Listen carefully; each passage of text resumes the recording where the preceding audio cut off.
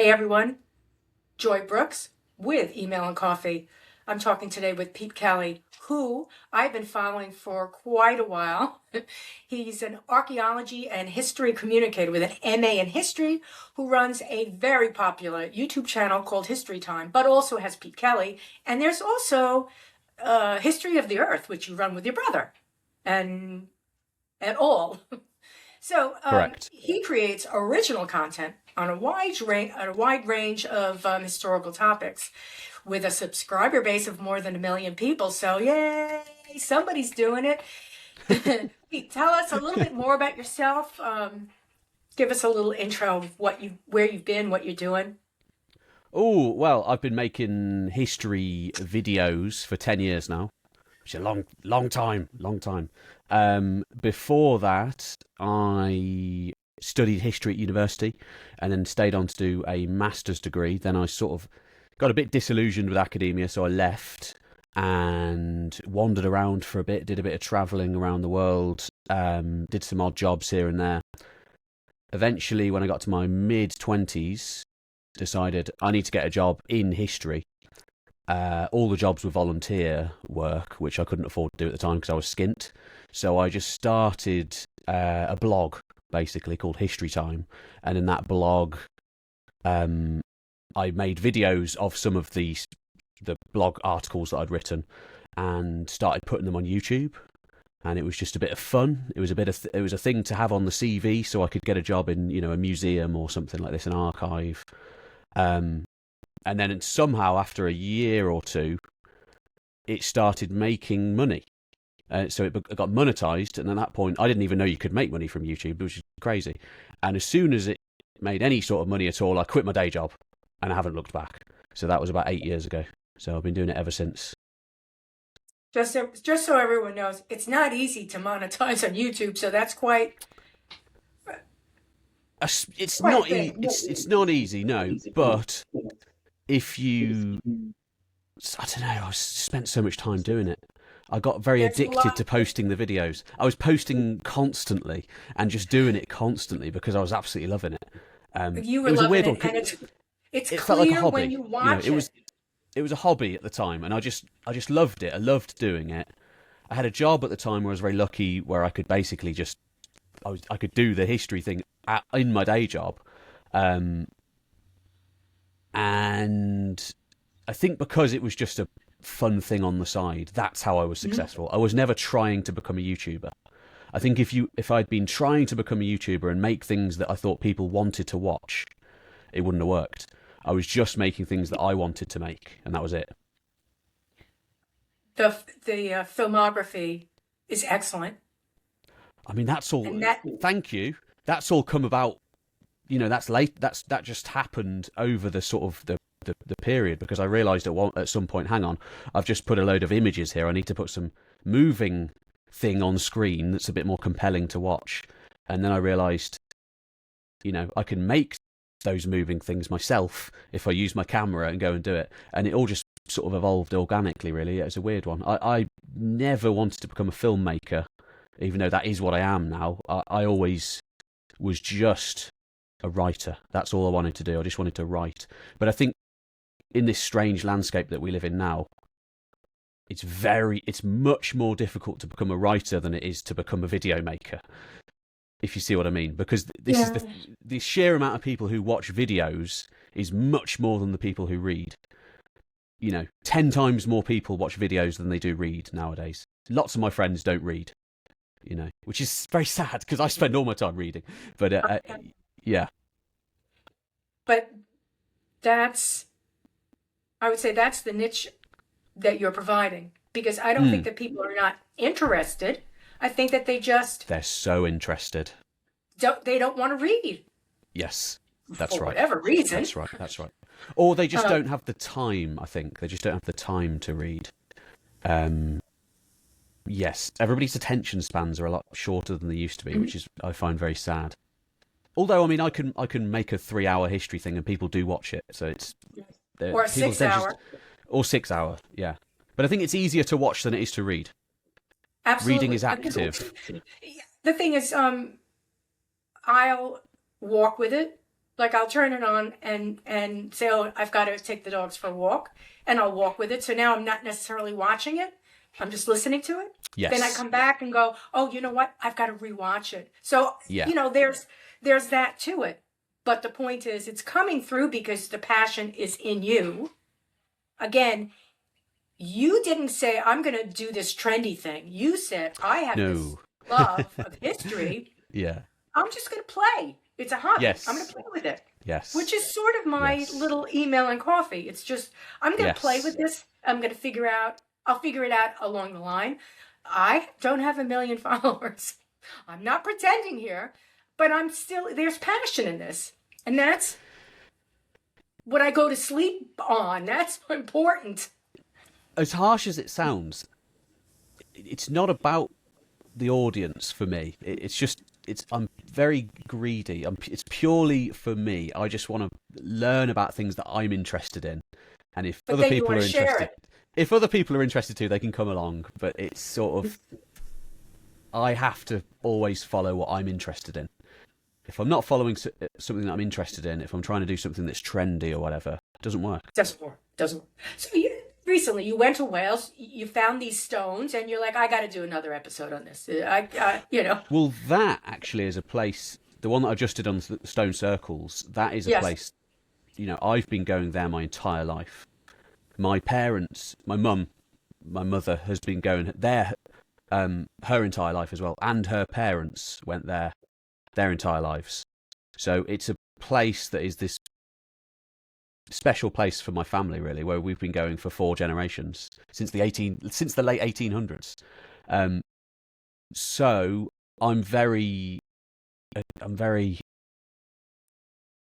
I know that landscape, so it's easy, if that makes sense. Right. These are all places that I know well, so I could just rock up, and I know if I just walked in a straight line up a hill, it's fine. I'm not going to get stuck. So that particular video really was me just playing and going to a place that I know very well. But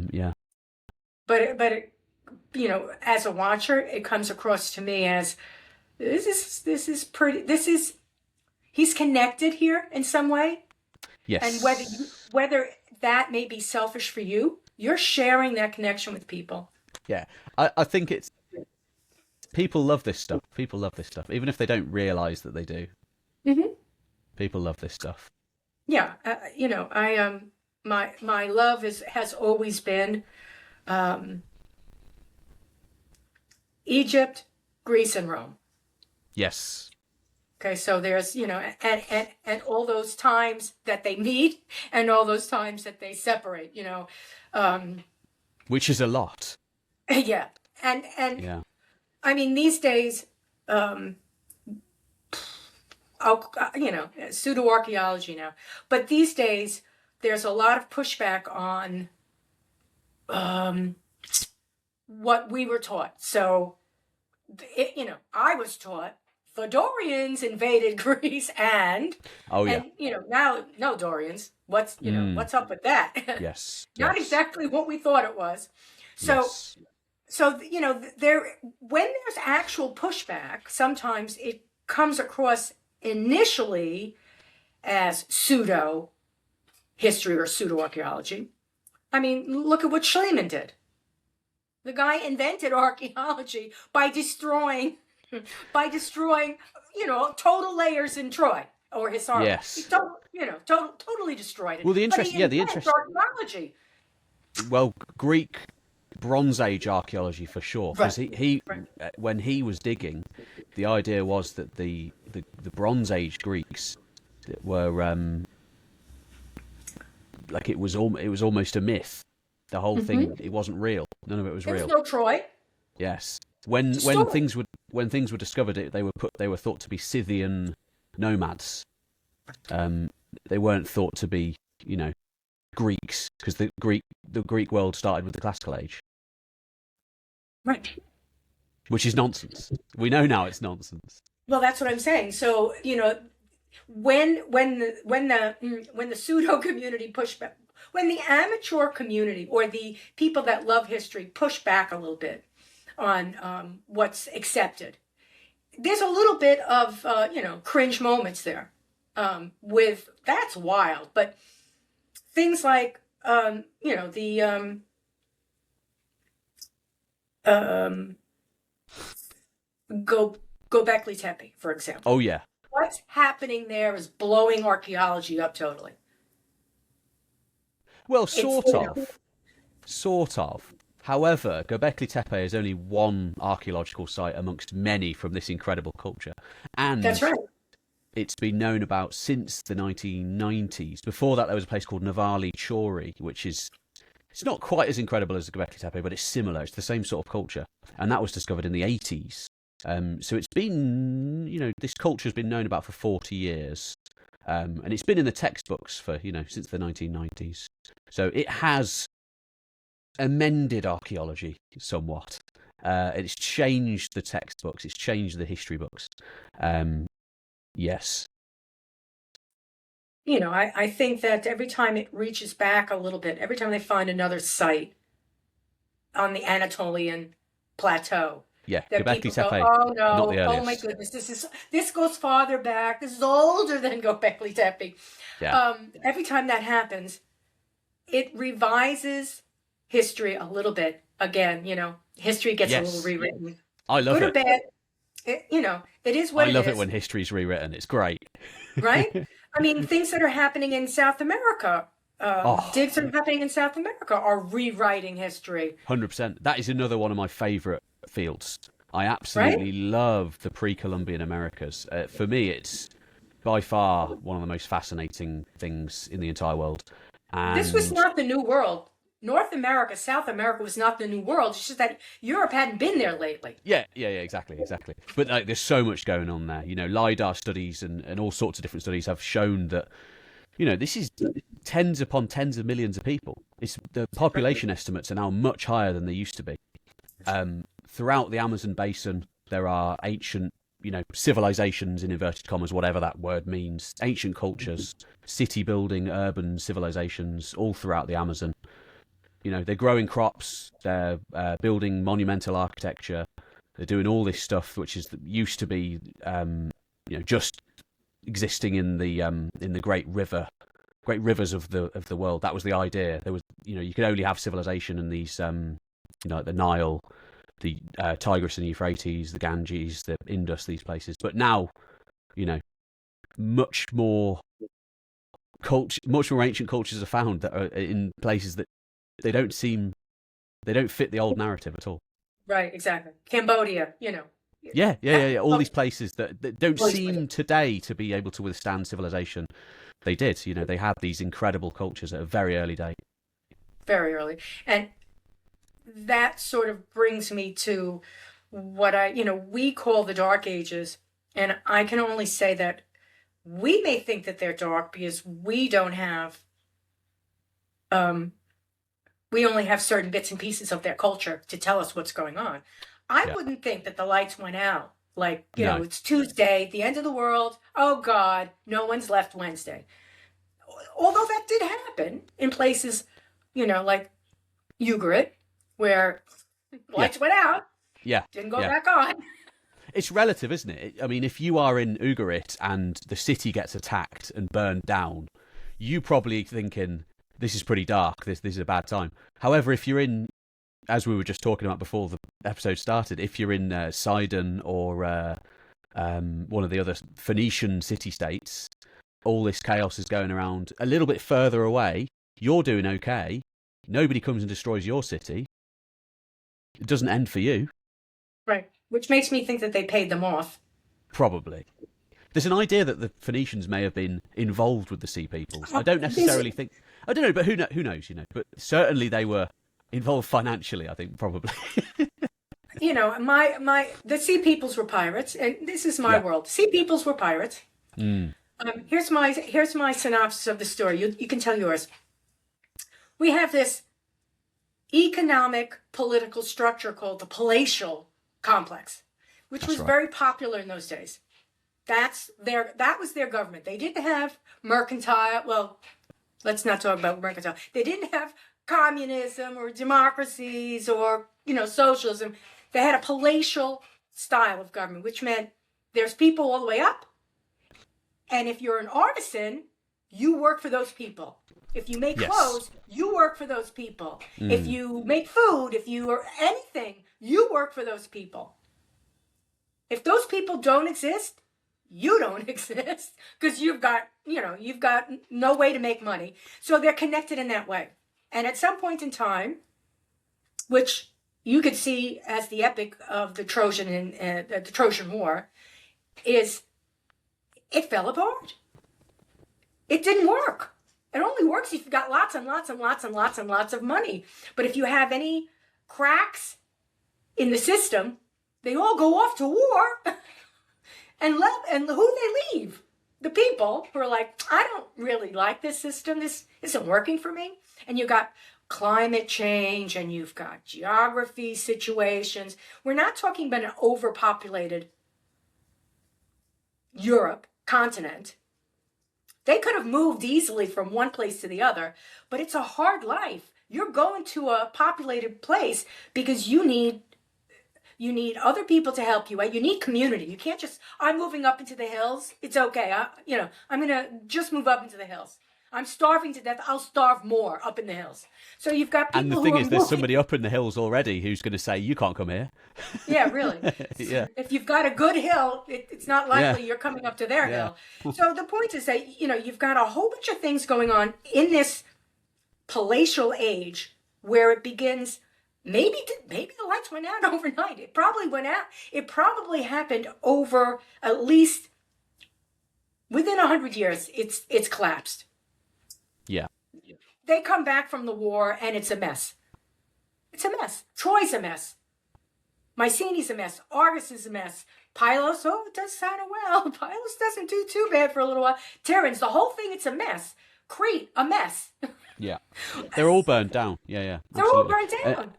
Certainly, I completely agree with everything that you just said, really. If you are, it's like hyper-capitalism. It's really extremely rich people. Most people have nothing, but if you're one of these, Wanaxes at the top of the Mycenaean hierarchy, you can employ anyone to do whatever you want.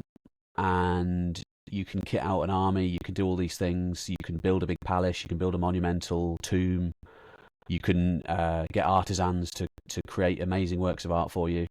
But yeah, if that money goes, that monopoly that they had over the trade system goes, then that wealth is not concentrated anymore. And if you don't have that wealth concentrated anymore, you can't build these big, expensive things. But it's an interesting one, isn't it? Because the vast majority of people, I suppose if you're an artist being commissioned by the king, you're probably not going to have a great time.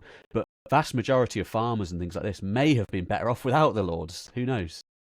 Well, that's the point. That is the point, because that is the continuum. But it takes a while. It takes a while for that to pick up again. There's going to be a big stress once the initial state collapses, isn't there? And then the chaos has to subside, and everybody has to, get their positions back. But yes, it's an interesting one because that's a this is not a thing that is easily recognisable in the archaeology. So this is a story that you have to sort of just think about, and you can visualise it. I make it up. I make up history. But that's what archaeologists do too. Exactly. Not all of them, but the best ones do, in my opinion. The Odyssey to me is the story of the Odyssey to me is a clear story of the Sea Peoples. Clear. Yeah, I mean, lots of people think that. I think there's certainly elements in that. I think it's, for me, there's many different ways of looking at it, and all these stories get mixed up in a whirlpool, and they sort of bits come out in weird places. But they all have their roots in the Late Bronze Age, and I think the Iliad and the Odyssey certainly, for me anyway, it's Late Bronze Age. It's like yeah, and when I look at Egypt, everything's falling apart. We've got no more Hittites. There are some cities that stay, but the Great Hittite Empire goes. We've got and it really does go. I mean, they're the unlucky ones in this collapse because they really do lose everything. There are lose some everything. Neo-Hittite states that survive down in Carchemish and places like in Right. the northern bit of the Holy Land, but it's really a shadow of what the empire was before, and then they become quite different to up in the highlands. All that is just replaced. It all just goes. Writing Yeah, we've got, disappears. the True Assyrians, the Dark Age. Babylonians, the Persians, the Medes, keep going. All They those keep people, going. Yeah, they keep going. just they keep going. They keep going. And there's quite a lot of, there's quite a lot of rich, rich, rich history there. Rich. Just, anytime you read a history story about the area, whether it's epic or not, you're just like, oh, wait a minute. I see a dot here, and I see like breadcrumbs after the dots. There's something going on here. Every time I do read something somewhere else, I'm like, this is making me think that. So, because I have been studying the Bible as a book to read, I was like, I'll read the Bible. I don't know. What the heck? Why not? I've read all the other books. Why not? And I'm thinking, as I'm reading it, I'm going, this reads sort of like a different flavor of the Iliad. Oh, yeah. Because we've got the catalog of the ships. Oh, yeah. But, how to build a temple. Yeah. Down to what you wear when you wear it. I mean, both of them are largely Bronze Age stories that are then codified and sort of structured in the Iron Age. So they're similar. Very Same similar. ages, really. Yeah. A different storyteller, but you've got a different audience. So, it's going to be slightly different. I mean, the stories that are in Egypt, you would think to yourself, oh, tell me the epic, the epic stories from Egypt. It's different. It's not exactly the same way to tell stories, because we've got, it is different. Yeah. We've got Egypt, a place that has decided, if it's not broken, don't fix it. And if it is broken, screw it. We're not going to fix it either. We're just going to march on. This is the way to do it. Pretty much, yeah. And scroll on your temple, we're doing this the right way and everybody else is wrong. Right. That's what the Egyptians did. Exactly. And, if you don't like the way they wrote it, we'll just, chip it out and write something on top. Yeah, exactly. Reuse it, Yes. And say it was mine. Yeah. Everybody else is wrong. This is ours. Goodbye. Right. It's a very, The Egyptians are the most nationalistic people in history. They're so pro-Egypt. It's great. It is interesting. It is interesting because they somewhat survive. Yeah. Without they almost, I'd like to say they almost don't change until Alexander. Yes. But they are conquered a lot. Right.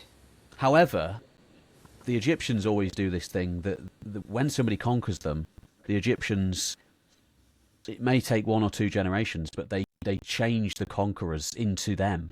So whenever somebody conquers Egypt, they then become Egyptian pretty much, and they get absorbed into the state. And it happens over and over again. You get the Libyans, then the Nubians, then the Assyrians, then the Persians, and finally the Greeks. And, Cleopatra, this person who we popularly, I think, see as Egyptian, she was actually a Greek. Right. But she was also very Egyptian. Because, her family had been in power for 200, 300 years by that point. It's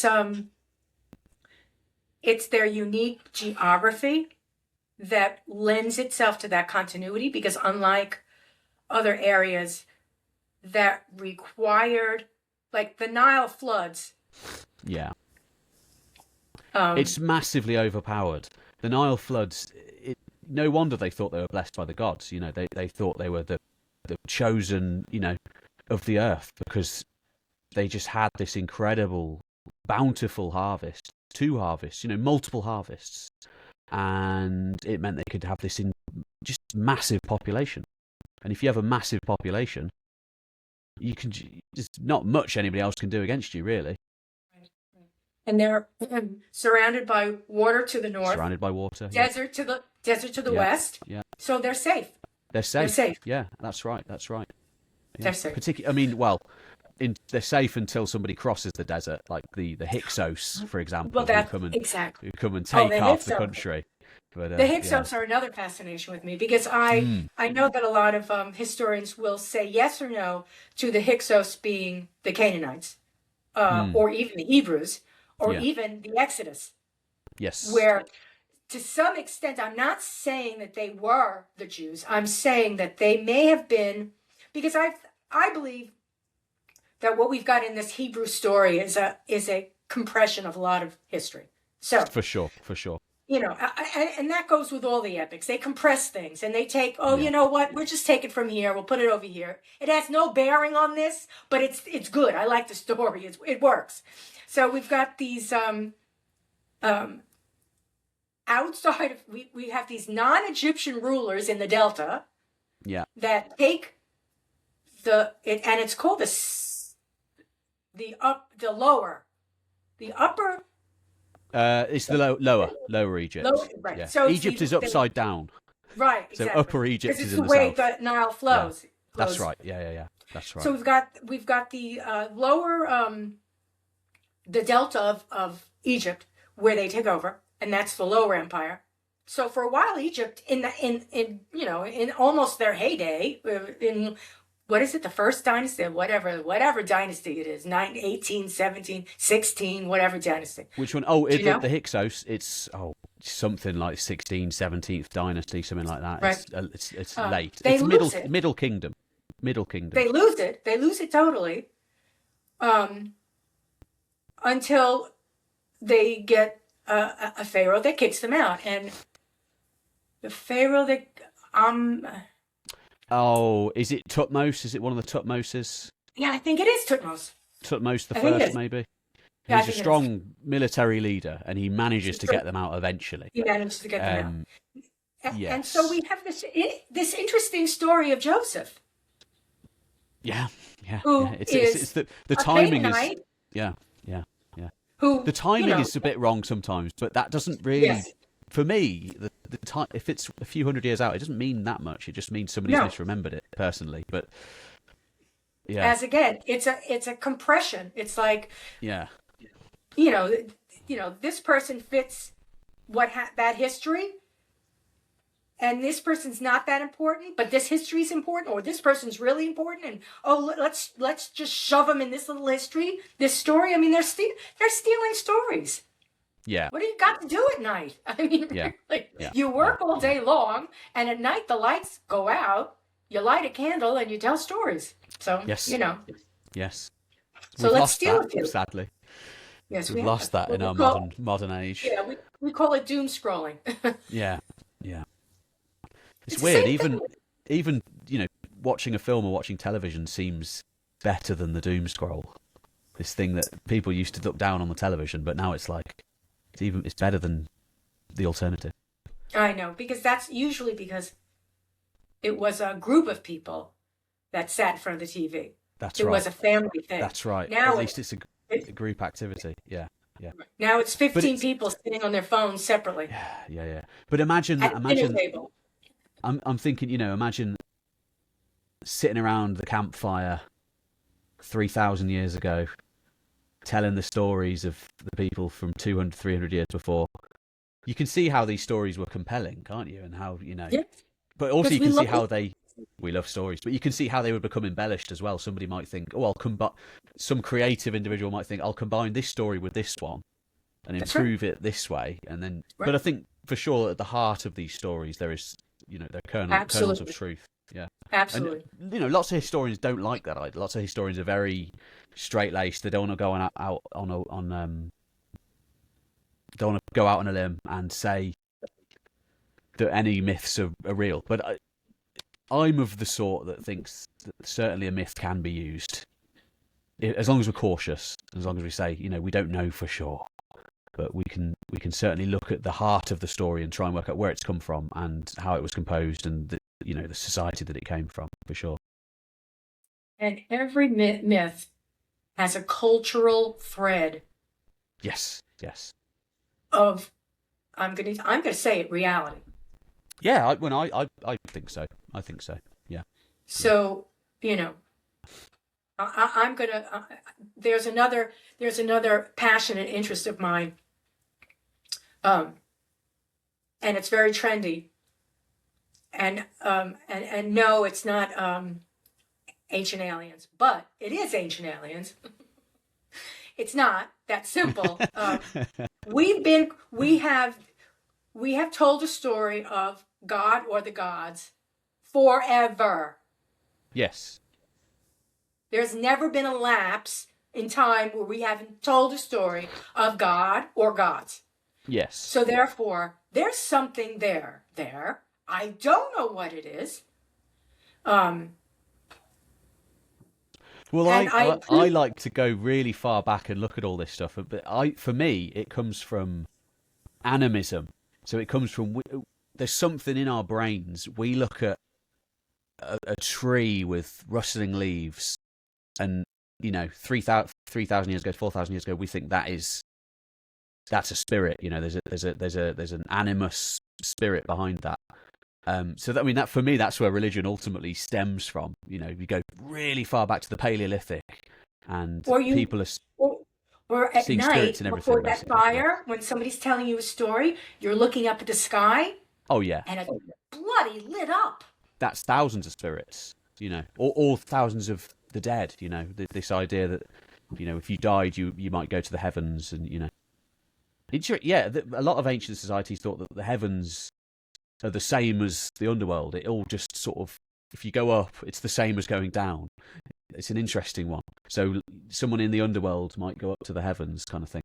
And it's very metaphorical. What is what is up? What happens up happens down. Yeah. The point is that this through line forever and ever and ever has something in it. Is it aliens? I don't know. Is it NHI? It's non-human. What is it? I don't know. Well, this is a debatable point, because I would say it is human personally, but I think that the human imagination is the greatest thing that has ever existed ever. I think human creativity is just the greatest thing ever. This is why I don't like AI and all this stuff, because it takes away from human creativity. But I'm not a religious person, so I recognise that religions have caused everything. Religious, people doing things for religion have created everything that humans have ever done, pretty much. But I think that it comes from our ingenuity, and it comes from our that unique thing that makes us human. Our creativity, our individualism, our innovation. Human spark. Yeah, the innovation. It's just what we do. It's what we do. We make things. But that's just my way of looking at it. No, I draw a distinct line between doctrine, and faith. They're two different things. They are. Right? Yes. So I may believe in something. I don't know what it is I believe in. But somebody gives me a book and says, "Oh, well, here's the rules." Well, that's nice. I'm not on your team. Take that rule book out of here. Okay. We can agree on that. I can't do that. On that. I don't like organised religions. I don't like organised religion. I think there's something happening. I wouldn't say I'm an atheist, but I'm certainly not agnostic, perhaps. Perhaps agnostic. I'm certainly not an adherent to any of the organised religions. I like an ancient pagan religion. Animism. I read about that and I think, I could be an animist. Yeah, you just sort of I like trees. I look at a tree, I'll be like, yeah, why not? That tree is God or a God. When I learned the word, when I learned the word singularity, I was like, oh, that's my God. We're there. God. We're in this. Right. It's happening. That's my God. It's happening. Singularity. The fact that you can take something and go all the way back, and something explodes. I'll use that term. Explodes. That's it. So that's something from nothing or something from oneness. and then it goes and then comes back and it's this cycle. I'm like, that's it. I don't understand it. I don't need to know physics. You don't have to, give me the rule book, and you don't have to say this is the way it is. I'll basically say, this makes sense to me. Yeah. In the Bible, when at some point when Moses says, "Who are you?" and God says, "I am, I was, I will be." I'm like, there you go. That's it. That's God. I am, I will be, I was. Everything all at once. The singularity, where it's the future, it's the past, it's right now. That doesn't make any sense. It's so esoteric that it could blow your mind. And I don't necessarily need to say after that, everything that happens, I believe. I merely say that explains for me the verb to be explains it all to me, and that's ontological shock. Existence. You found the secrets to the universe. That's great. The thing is, I found the key. I can't open the box. Yeah, I haven't found the box yet, but I found the key. That's the thing, isn't it? That's the thing. Yeah. Yeah.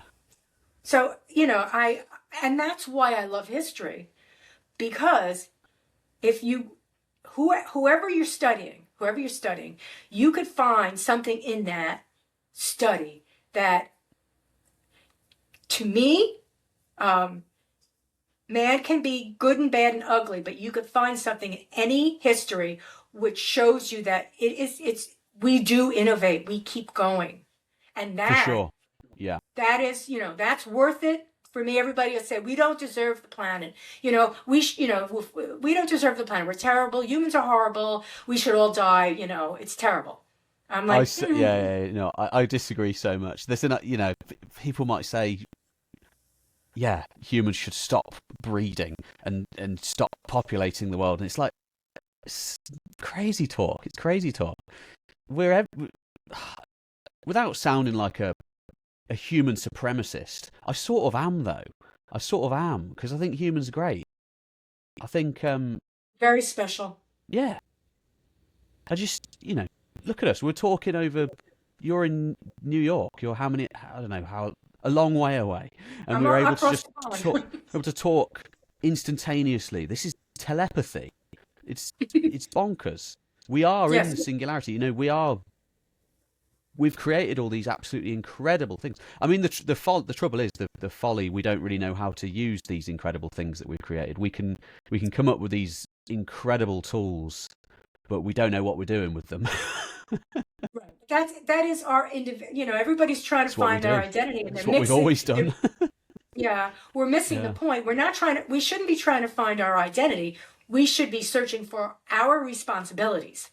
Because once we have a task, it's like if you wake up in the morning with nothing to do, odds are you'll become a drug addict before too long. Purpose is you'll very just important. Pick something that makes you feel good. Yeah. However, if you say, my room is dirty, I need to clean it. What am I having for lunch? I'm not going to get in the car and get it. I'm going to make it. If you give yourself tasks, suddenly your life is so full, you don't have time for nonsense. It's true. Well, you don't have time to complain about there being too many humans. Right? And I look at it that way. I think we just need to, we do need to find out what makes us happy, and then we need to find out how do we, exploit that. I hate to say it. How do we exploit that? How can we take what makes us happy and turn it into something that makes other people or provides a service to other people? For sure. Oh yeah, no. Well, service to other people can make us happy. I think that's all the great things of human civilization that we've ever made. Things that are in service to somebody else, and that makes the person who does it happy. We're getting very philosophical now. I know. I love the couch. Yeah. It makes me very happy. And these are the types of conversations that I'll have with my friends, and they'll go, "What?" Yeah, what are you talking about? Yeah.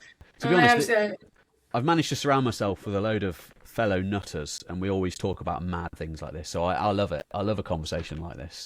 Exactly. Skip all the boring stuff. Go straight in at the deep end. Total deep end. Total. And that's where I usually come up with these stories that sort of make sense. Like, the story that,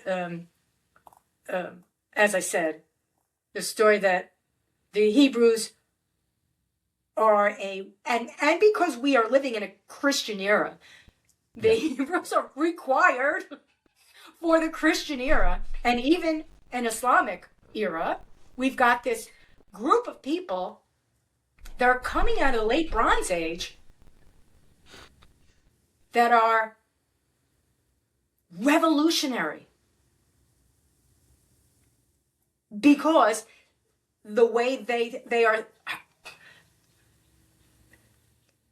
are a common thread through the late Bronze Age all the way till now. All the way. Yeah. They're the glue. Yes. And we don't even recognize that. Who takes down the Roman Empire? Really? Lots of different peoples, but it's Christianity that takes down the Roman Empire. Well, that is certainly... And holds it together. That's certainly Edward Gibbon in the 1700s, one of the greatest historians of the Roman Empire. He puts it entirely down to Christianity, and he's definitely right. However, for me, there's lots of things that do it, but certainly Christianity is a big part of it because it does completely change everything that the Romans were. It's a bit of because you also have climate things going on as well, and you have everybody trying to get in from the outside, and they're all much more advanced than they used to be. But there is an argument that if the Romans hadn't gone Christian, they might have been able to withstand it, but who knows? Yes, it's not that Christianity made them weak, but it changed people's priorities. It changed people's priorities for sure. That's right. And kind of made people maybe a bit nicer, but also like much. It's a different culture. It's different culture. It just changed everything. Everything. Right. And it comes out of, sorry guys, it comes out of Israel. It comes out of Hebrew. Yes. So, there's that root that is the thorn in the side for every empire coming out of the late Bronze Age, including the Macedonian Empire. Yes. The the Seleucids, they fought against the Maccabees, didn't they? There was the Maccabean revolt, which is successful, isn't it? The Maccabeans are successful. Well, yes, but the Maccabees tend to destroy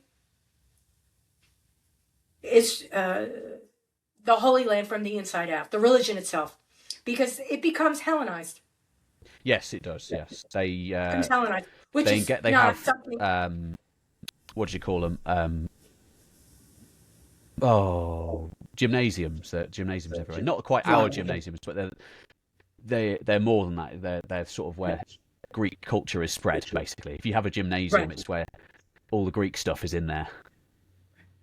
You've also got Plato, which the philosophy infects, for better or for worse, the Hebrew culture itself and broadens it and takes it to another level. So we've got a lot of things that are going on. By the way, if you look at Israel, the ancient Israel, they hate the Greeks more than they hate the Persians. Yes. Well, we've been fed an interesting view of history, which is sort of Greeks good guys, Persians bad guys, but that's not how history was. I mean, the Greeks came in, and if you're anyone east of, I don't know, if you're anyone in the east, basically, the Greeks are the baddies. Alexander the Great is remembered with horns. He's remembered as a demon called Iskander. And, the Greeks were not liberating people going east. They were conquering, ethnically cleansing on occasions, and they were wiping people out, and they were doing vast population movements. Whereas, there's an argument that the Persians were maybe less severe imperialists.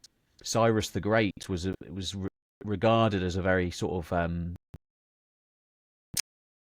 liberating individual. You know, he did lots of things to help people. He sort of got rid of slavery and things.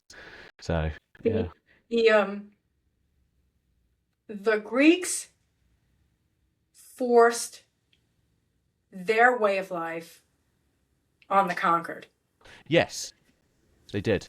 right? So, Absolutely. like we said, the The Genesians Persians, the did Persians did not, not. Yes, did there's a not. reason why They the whole of accepted, they may have moved you, they may have they may moved you have picked you up and if you moved you. rebelled.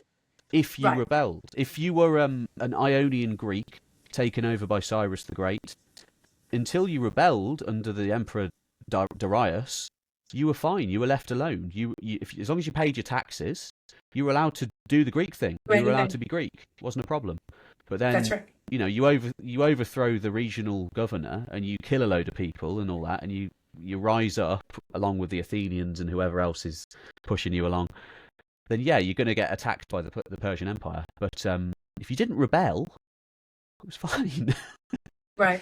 But And you know, although it's unfinished business, what yeah, Alexander began to recognize, perhaps, when he started the intermarriages mm, and wanted to incorporate culture into Greece, that's his downfall. They weren't too the Macedonians were not too thrilled with no, that. and The they didn't Athenians continue. didn't want that. They didn't continue practicing it as well for a lot of the time. A lot of these, you know, the Ptolemies, they kept it within the family. They're the original Targaryens from Game of Thrones. I don't know if you've seen Game of Thrones, but they're practicing incest. You know, they are brother sister marriages. They keep it within the family. There may be some concubines here and there, and a little bit of something else, but you know, officially they were supposed to be pure Greeks. That was their thing. Right. Whereas, yeah, Alexander, as you say, he did try and change this up, and he did try and go a bit more Persian, and Right. And that you was know, his downfall. intermarry with the local dynasties, but they didn't continue that. That huge wedding, was it at Persepolis? Was it at Susa? Wherever it was. One of them, yeah, it was One of them. in That huge in wedding Persia, didn't go. in the heartlands. Yeah, it didn't go too well. Did not go Yeah, too well. no, So, yeah, you know, we've got this culture and we've got this history in the late Bronze Age. Well, we've got this, and this is what Eric Klein likes to do, and he does it really well. We've got a very similar culture. We've got a global culture, a global world, less populated, but a global trading system in the late Bronze Age. Bronze 3000 to what 1177.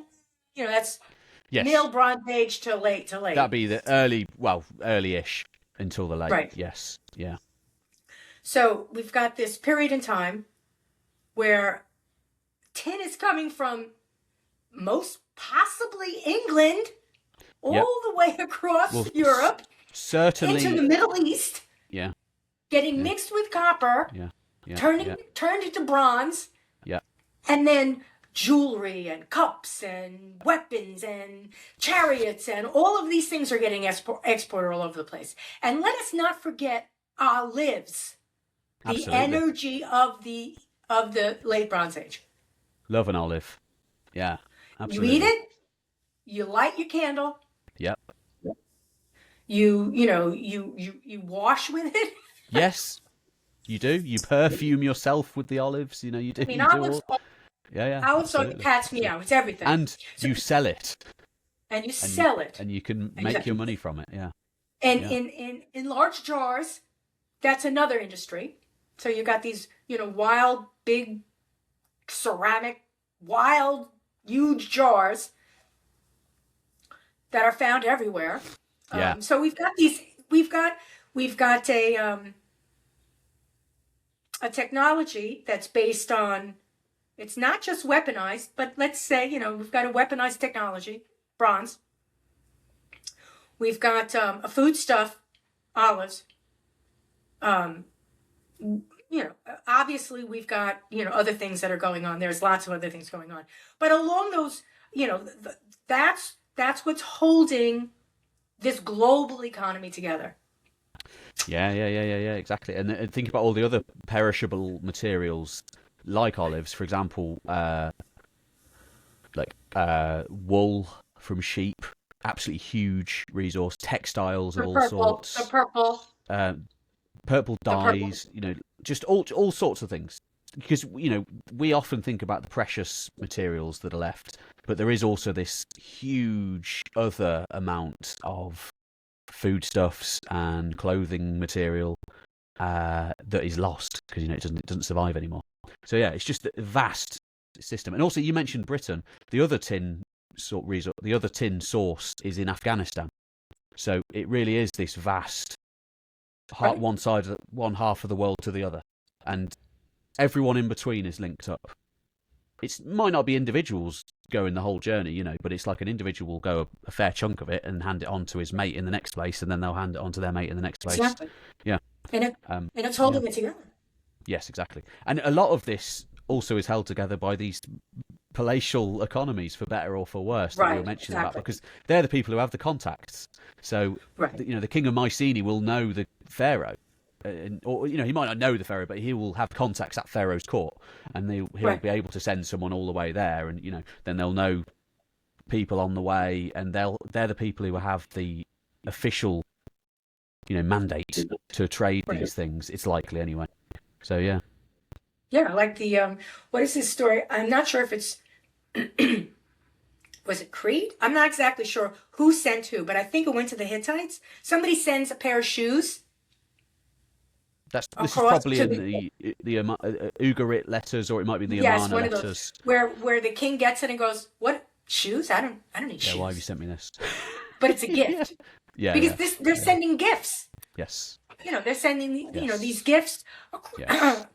They can be their sisters, their brothers. It can be people.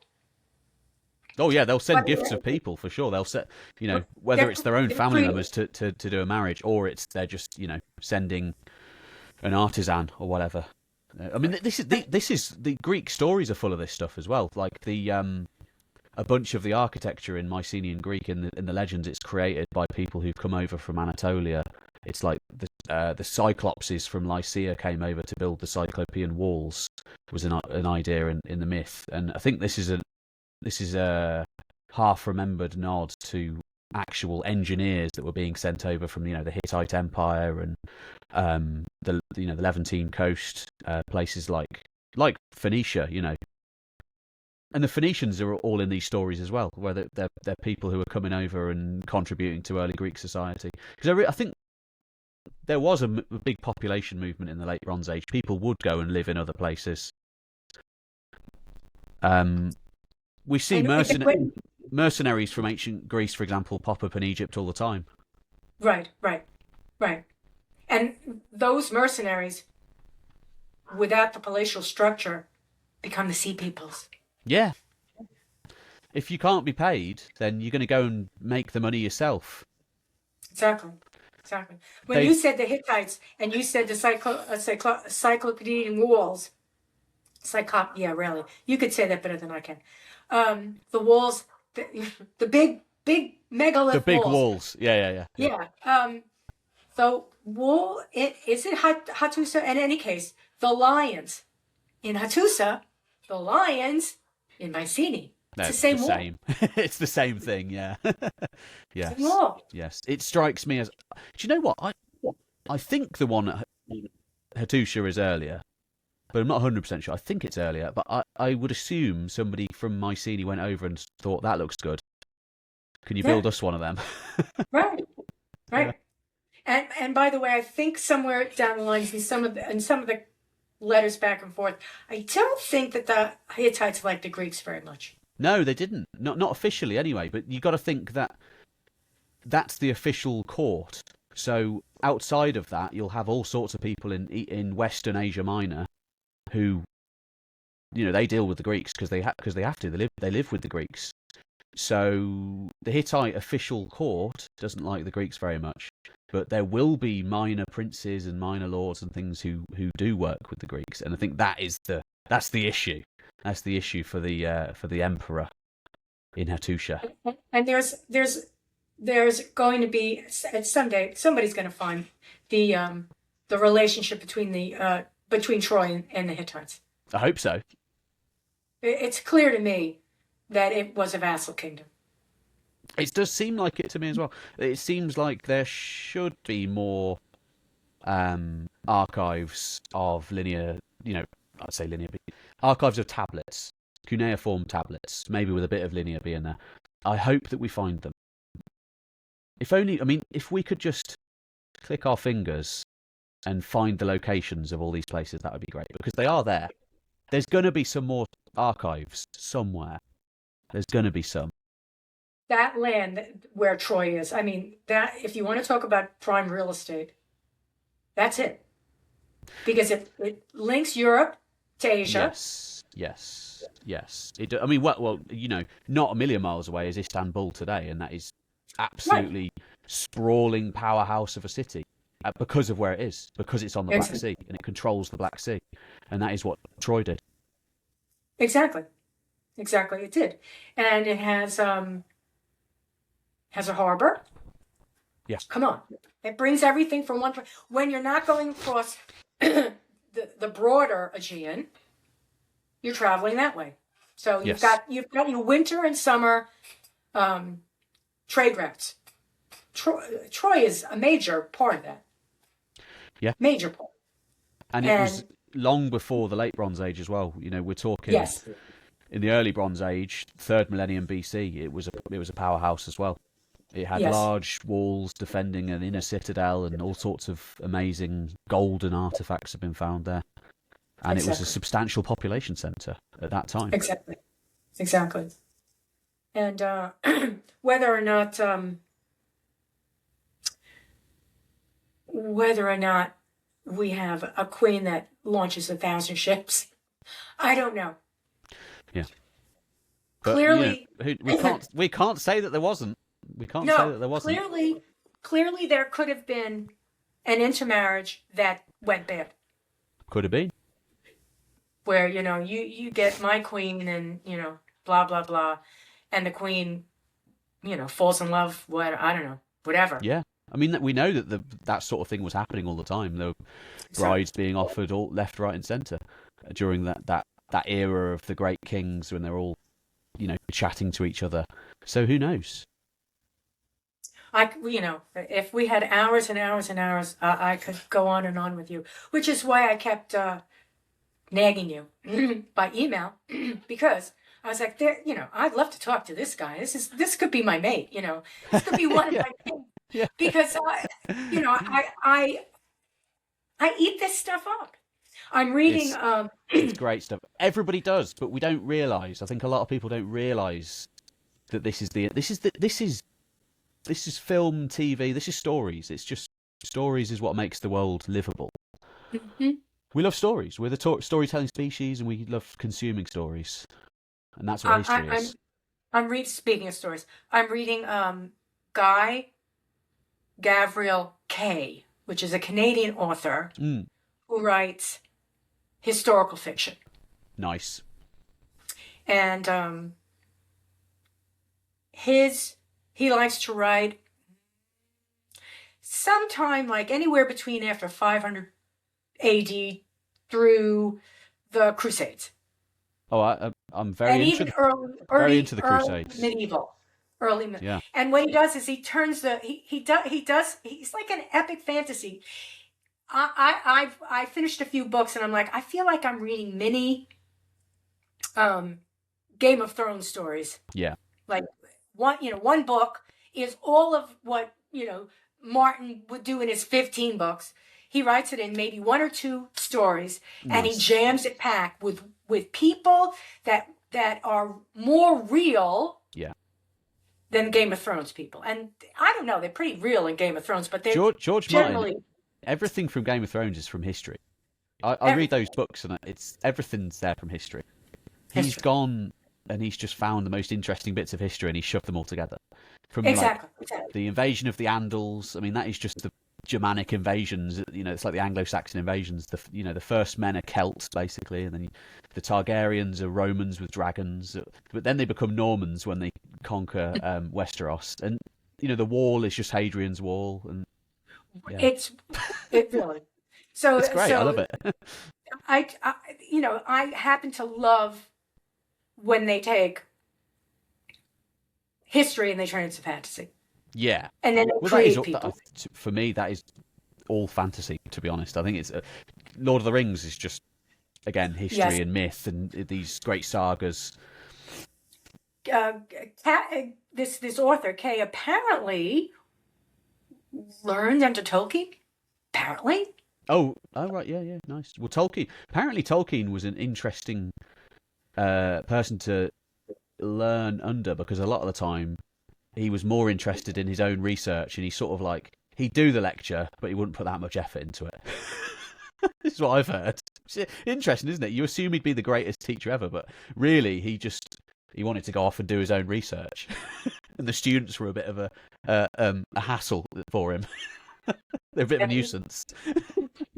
He got so involved in his fantasies that he wanted to go off and live in his own world. Yeah. Which True sometimes scholar, sometimes that happens to me, because I'll mention it's something to my friend and they'll go, "What are you talking about?" I'm like, I need better friends. Or at least, I need like a reading group.